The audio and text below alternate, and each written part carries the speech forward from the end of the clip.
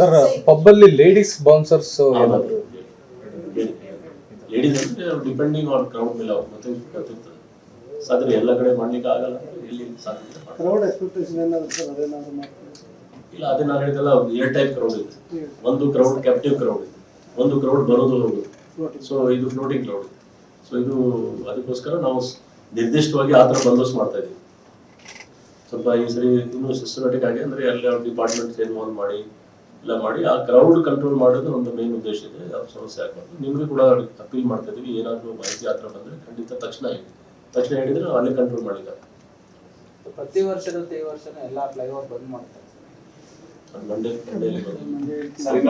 ಬೌನ್ಸರ್ಸ್ಗಳು ಅವ್ರು ಮಾಡ್ತಾ ಇದ್ದಾರೆ. ಯಾಕಂದ್ರೆ ಡೀಟೇಲ್ಸ್ ಟ್ರಾಫಿಕ್ ಅವರು ಎಲ್ಲ ಡೀಟೇಲ್ ತಗೋತಾರೆ. ಅದಕ್ಕೆ ನಾನು ಇವತ್ತು ಸೊ ಬೌನ್ಸರ್ಸ್ಗಳು ಸರ್ ಅಂದ್ರೆ ಈಗ ಯಾರೋ ಪಾರ್ಟಿ ಮಾಡಲ್ ಇರ್ತಾರೆ, ಹೊರಗಡೆ ಹೋಗ್ಬೇಕಾದ್ರೆ ಅವ್ರನ್ನ ತಳ್ಳಾಡುವಂಥದ್ದು, ಮೆನ್ ಹೊಡೆಯುವಂಥದ್ದು, ಅದು ಇದು ಆಗ್ತಿರುತ್ತೆ sir.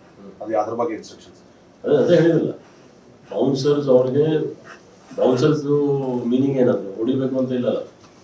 Bouncers have to prevent it. Bouncers ಏನಾದ್ರು ಸಮಸ್ಯೆ ಆದ್ರೆ ತಕ್ಷಣ ನೀವು ಪೊಲೀಸ್ಗೆ ಹೇಳಿ.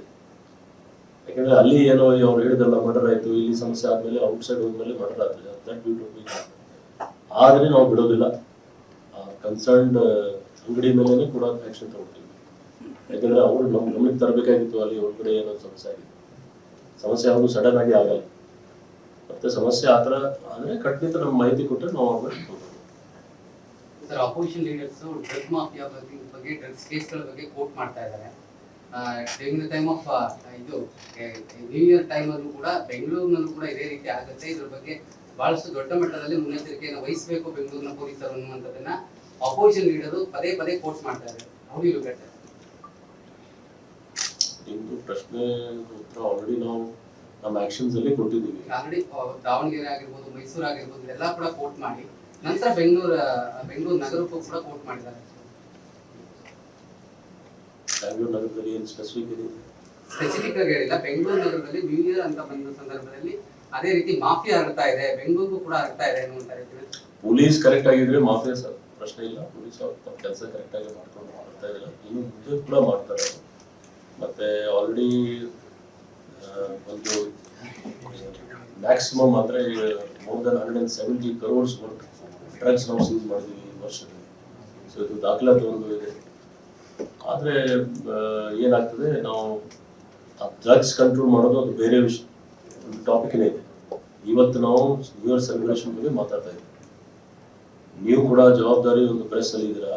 ನೀವು ಇದು ಕೇಳೋಕ್ಕಿಂತ ಮುಂಚೆ ಸ್ಪೆಸಿಫಿಕ್ ಆಗಿ ಕೇಳಬೇಕು. ಸರ್, ಇಂಥ ಕಡೆ ಡ್ರಗ್ಸ್ ಇದೆ, ಇವ್ರು ಮಾಡ್ತಾರೆ, ಇವು ಎಲ್ಲ ಕಡೆ ಡ್ರಗ್ಸ್ ಹರಿತಾ ಎಲ್ಲ ಕಡೆ ಹಾವಳಿ ಇದೆ ಅಂತ ಹೇಳಿದ್ರೆ ನಾವು ನಿಂತೆ ವಿಟ್ನೆಸ್ ತಗೊಳ್ತೀವಿ. ಬನ್ನಿ ನಮ್ಮ ಹತ್ರ, ಈ ಲಾಸ್ಟ್ ಎಲ್ಲಿದೆ ಡ್ರಗ್ಸ್?